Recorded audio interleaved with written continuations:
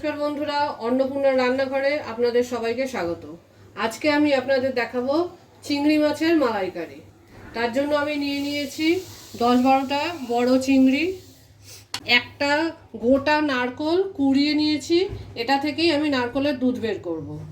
এছাড়া আমি নিয়েছি পেঁয়াজ বাটা, রসুন বাটা, কাঁচা লঙ্কা বাটা, একটু গোটা কাজু এবং কাঁচা লঙ্কা, এটাও আমি বেটে নেব। এছাড়া আমার লাগবে সাদা তেল, নুন, কাশ্মীরি মির্চ, হলুদ, চিনি, গরম মশলা। এবার আমি আপনাদের দেখাচ্ছি মাছগুলো কি করে ছাড়াবেন। মাছগুলো যেহেতু বড়, তাই সবার আগে এইটা কেটে বাদ দিয়ে দিতে হবে। আপনারা যদি চান সুরটুরগুলো কেটে বাদ দিয়ে দেবেন। লেজের দিকটা, এই দিকটা এইভাবে কেটে বাদ দিয়ে দেবেন।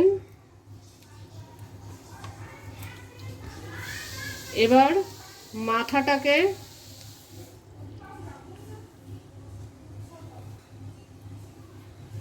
এইভাবে ধরে মাথাটাকে ফেলে নিতে হবে। নিয়ে মাথার ভেতরে একটা নোংরা থাকে, এইভাবে এটা তুলে নোংরাটাকে বের করে ফেলে দিতে হবে। আপনারা চাইলে এই খোসাটা রাখতেও পারেন, ফেলেও দিতে পারেন। এইভাবে আমি মাছগুলোকে কেটে ছাড়িয়ে নেব। খুব বড় মাছ হলে কিন্তু এই মাছের পিঠে একটা কালো রঙের সুতো মতো থাকে, এই সুতোটাকে কিন্তু বের করে দিতে হবে। এই যে এই সুতোটাকে কিন্তু বের করে ফেলে দিতে হবে, এটা কিন্তু ফেলে দেওয়া খুবই দরকার। এগুলো আমার সব ছাড়ানো হয়ে গেছে। এবার আমি এতে একটু নুন আর একটু হলুদ মাখিয়ে রেখে দেবো, ততক্ষণ আমি নারকোলের দুধটা তৈরি করে নেব।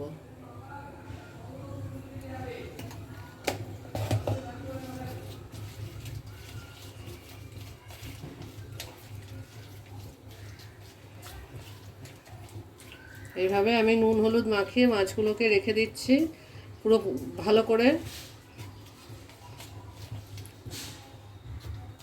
এবার আমি নারকোলের দুধটা তৈরি করে নেব। নারকোলের দুধ করার জন্য আমি একটা নারকোলের জন্য 1/2 লিটার জল দিয়ে নিয়েছি। এবার এই নারকোলটা গরম জলটাকে ভালো করে গরম করে নিয়েছি, নিয়ে নারকোলটাকে এর মধ্যে দিয়ে দেব। দিয়ে এবার আমি এটাকে একটু ভালো করে মিক্সারে পিষে নেব, যাতে দুধটা ভালো বেরোয়। দেখুন, গরম জল দিয়ে আমি নারকোলটা পিষে নিয়েছি। এবার আমি একটা স্ট্রেনারে ঢেলে দেবো এটা। দেখুন কত সুন্দর নারকোলের দুধ বেরিয়েছে। এবার আমি খুব ভালো করে চেপে চেপে এর থেকে দুধটা বের করে নেব। এই নারকোলটা আপনারা ফেলে দেবেন না, এই নারকোলটা অন্য কোনো রান্নায় আপনারা ব্যবহার করে ফেলতে পারবেন।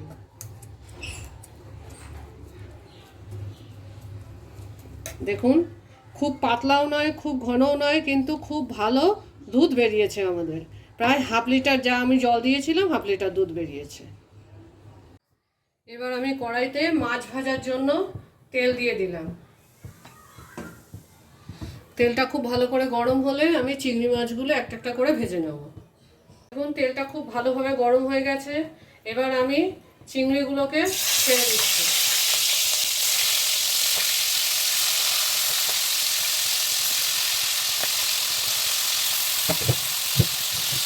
2 থেকে 3 মিনিট ভাজা হয়ে যাওয়ার পরে আমি মাছগুলোকে ধরে উল্টিয়ে দেব, যাতে সবগুলো ভালো করে ভাজা হয়, দুপাশেই ভালো করে ভাজা হয়। এইভাবে সব মাছগুলোকে উল্টে দিতে হবে, যাতে উল্টো পিঠটাও খুব ভালো করে ভাজা হয়ে যায়।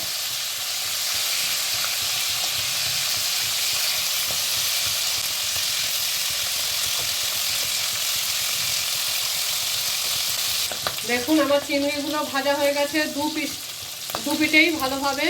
এবার আমি এগুলোকে তুলে একটা পাত্রে রেখে দেব। দেখুন, আমার চিংড়িগুলো সব ভাজা হয়ে গেছে। এইবার আমি চিংড়ি ভাজার যে তেলটা, ওতেই রান্না করে নেব। আমি এই তেলের মধ্যে দিয়ে দিচ্ছি 2টো বা 3টে, যাই হোক, সবুজ এলাচ বা ছোট এলাচ। এইরকম সাইজের একটা দারচিনি ভেঙে 3 টুকরো করে দিয়ে দিলাম। 3-4টে লবঙ্গ, একটা ছোট তেজপাতা দিয়ে 30 থেকে 40 সেকেন্ড একটু নাড়াচাড়া করেই, গ্যাসটা কিন্তু একদম লো ফ্লেমে রাখবেন যাতে মশলা পুড়ে না যায়। আমি দিয়ে দেবো 2 টেবিল স্পুন পেঁয়াজ বাটা।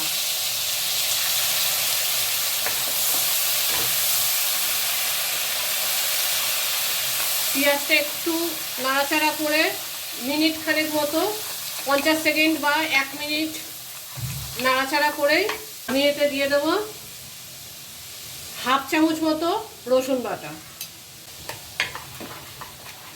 গ্যাসটা কিন্তু লো ফ্লেমেই আছে, আপনারা একটু বাড়িয়ে মিডিয়ামে করতে পারেন। মশলাটা ভাজা হোক।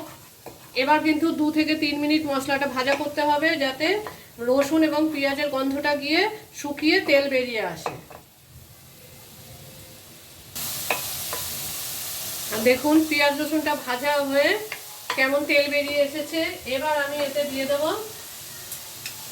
1 চামচ কাঁচা লঙ্কা বাটা। আপনারা যদি বেশি ঝাল খান বেশি দেবেন, কম ঝাল খেলে কম দেবেন। সামান্য একটু হলুদ, হাফ টি স্পুন হলুদ। এটা কাশ্মীরি মির্চের গুঁড়ো, কাজেই এমনি লঙ্কার গুঁড়ো দিলে কিন্তু ঝাল হয়ে যাবে। আমি দিচ্ছি হাফ চামচ মতো কাশ্মীরি মির্চ। দিয়ে দেবো স্বাদ মতো নুন। নুনটা কিন্তু একটু কমই দিতে হবে যেহেতু চিংড়িটা আমরা নুন দিয়ে ভেজেছি। এবার এই মশলাটাকে খুব ভালো করে নাড়াচাড়া করতে হবে।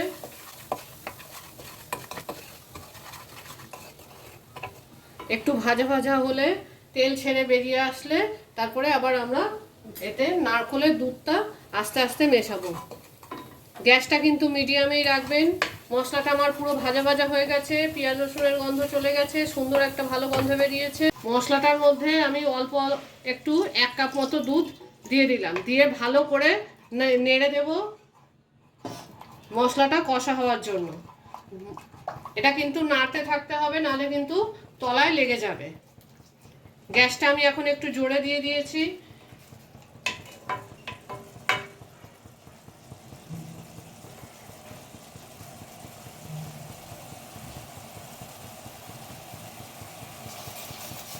দেখুন মশলাটা খুব ভালো করে মিশে যাচ্ছে দুধের সাথে, এবং একটা সুন্দর রঙও এসে গেছে।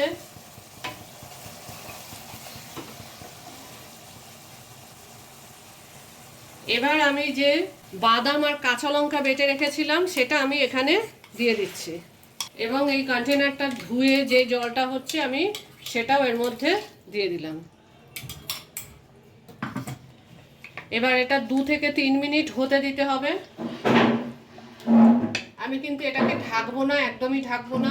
দেখুন আমাদের মশলাটা কষে দুধ বাদাম দিয়ে খুব সুন্দর একটা গন্ধ এবং রং এসছে। এবার আমি বাকি নারকেলের দুধটা এতে দিয়ে দেব।